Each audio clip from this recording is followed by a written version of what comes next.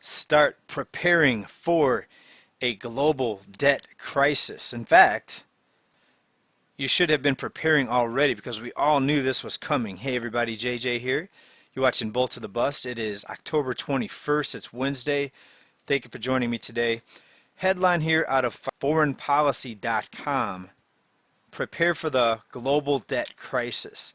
And scenes like this, we used to only, here in the United States, we used to only imagine these scenes happening in other countries, in third world countries. Now scenes like this have happened frequently here in the US, and it's probably only going to get worse. Why? Because the structural flaws in the system have not been fixed. Not only have they not been fixed, no one is even talking about addressing the underlying issues. What is it? It's currency created out of nothing. It's endless amounts of debt. It's banks' ability to lend out endless amounts of money and charge you interest on it. You and me and the people of the United States, we don't have a printing press. We can't create money out of nothing, but yet we have to borrow money and pay interest on it, paying interest into a system that creates endless money out of nothing. It's an absolute unsustainable system, and the system is now collapsing.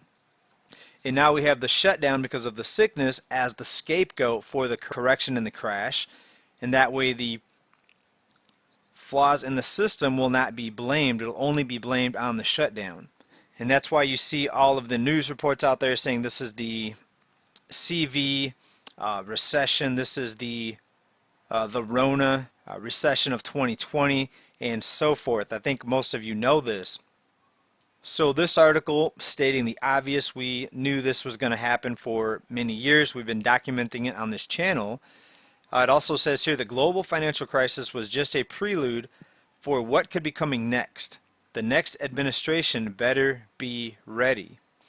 Okay, so let's pause right there. Does anyone think that the new administration, no matter who wins in November, are they going to come in and fix this?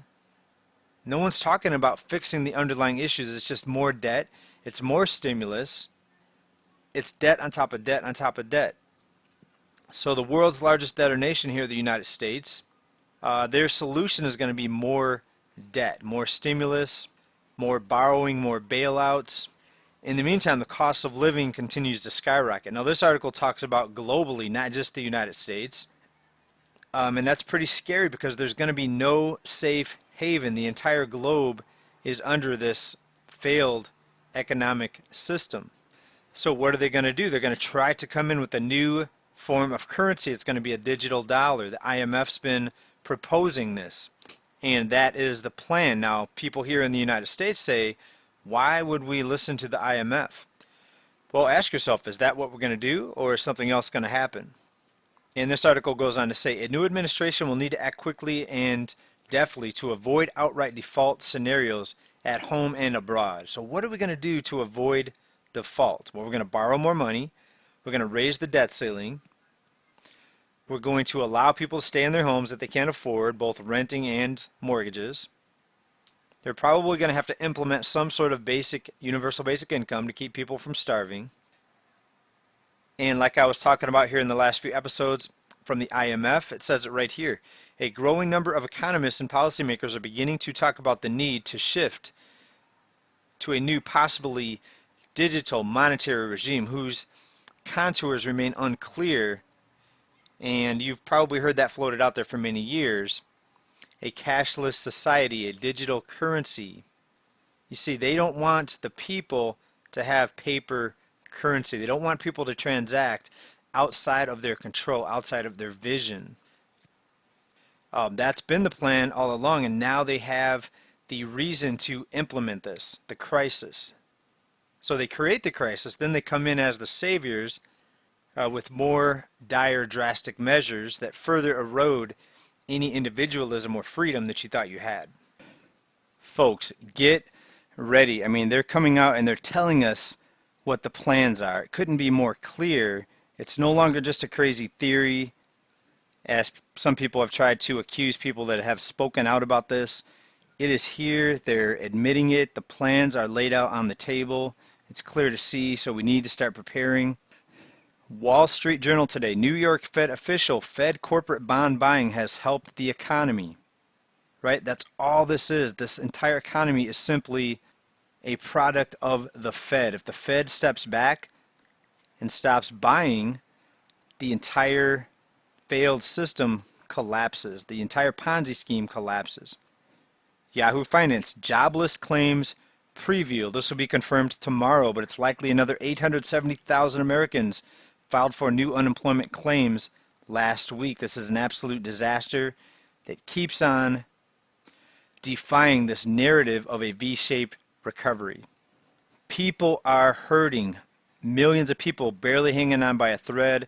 Many of them only able to maintain a roof over their head because of the forgiveness and the moratorium on evictions and the mortgage forbearances.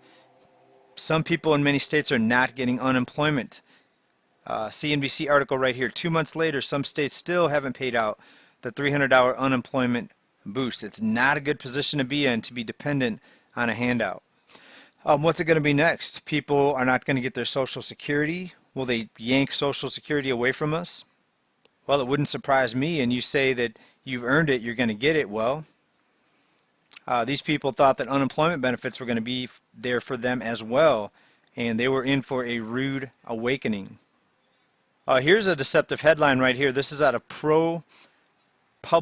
The Fed saved the economy but is threatening trillions of dollars worth of middle class retirement. So saying the Fed saved the economy, that's like saying that you threw someone in the ocean who couldn't swim and then you threw them a life preserver. So you create the problem and then you come in as the savior. So I disagree with this headline, the Fed saved the economy. They're keeping the failed system propped up. They're kicking the can down the road. They're keeping the drunk supplied with shots of whiskey. But come on, do you really think the Fed saved the economy? They're keeping the fake economy propped up, the fake economy that they have created. Right? And people better wake up. Most of the people in this country have no clue how bad this really is and that there is no solution being discussed. That's the really scary part. If the solution was being discussed, I would at least tell people, okay, well, it's a matter of time. Things are going to get better. Things are not getting better. The numbers are going in the wrong direction. DS News, delinquency rate doubles the Great Recession peak. So we're in this V-shaped recovery, if you believe what they're telling us, but yet delinquency rates are double the Great Recession peak. If all the jobs are coming back, if we're in this amazing recovery, why are people not making their payments? Folks, get ready, continue to prepare, because when they let this collapse, when they pull back all the stimulus and the support, it could lead to one of the greatest economic events of all time. We're already there. The problem is it's so propped up, and all of the rescue programs are preventing people from realizing the danger that we are in. So everybody prepare, stay well, stay safe, and come back to this channel for more updates. Like to hear from you down in the comments. Thanks for watching. Bye.